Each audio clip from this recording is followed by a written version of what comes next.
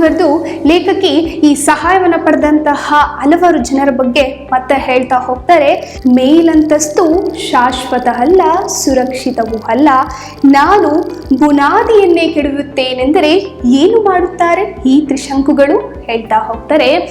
ಉನ್ನತ ಮಟ್ಟದಲ್ಲಿ ಇದ್ದೇವಂತೇಳಿ ಯಾವತ್ತೂ ಜಂಬ ಪಡಬಾರ್ದು.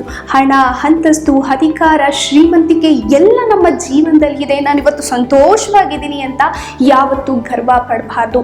ಇವತ್ತು ಲೇಖಕಿಯಿಂದ ಸಹಾಯವನ್ನು ಪಡೆದಂಥವ್ರು ಏನು ಮಾಡ್ತಿದ್ದಾರೆ? ಗರ್ವ ಪಡ್ತಿದ್ದಾರೆ. ಅಧಿಕಾರ, ಅಂತಸ್ತು ಎಂಬ ಮದದಿಂದ ಗರ್ವ ಪಡ್ತಿದ್ದಾರೆ. ಹಾಗಾಗಿ ಹೇಳ್ತಾ ಹೋಗ್ತಾರೆ, ಯಾವುದು ಶಾಶ್ವತ ಅಲ್ಲ. ಅಧಿಕಾರ, ಅಂತಸ್ತು, ಸಿರಿವಂತಿಕೆ, ಶ್ರೀಮಂತಿಕೆ ಅನ್ನೋದು ಯಾವತ್ತು ಶಾಶ್ವತನೂ ಅಲ್ಲ, ಸುರಕ್ಷಿತವೂ ಅಲ್ಲ ಅಂತ ಹೇಳ್ತಾ ಹೋಗ್ತಾರೆ.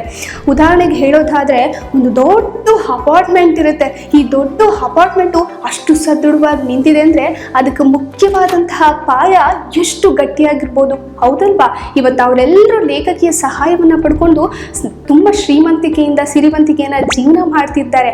ಆದ್ರೆ ಅವರೆಷ್ಟು ಮೇಲಿರಲಿಕ್ಕೆ ಸಹಾಯಕರಾಗಿದ್ದವ್ರು ಯಾರು? ಲೇಖಕಿ, ಹೌದಾ?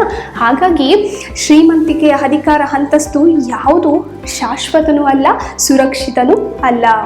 ನನ್ನ ಸಹಾಯವನ್ನ ಪಡೆದುಕೊಂಡು ಹೋದಂತ ಇವರು ನನ್ನನ್ನ ತಿರಸ್ಕಾರ ಮನೋಭಾವದಿಂದ ನೋಡ್ತಾ ಇದ್ದಾರೆ, ನನ್ನನ್ನ ಮೋಸ ಮಾಡಿದ್ದಾರೆ.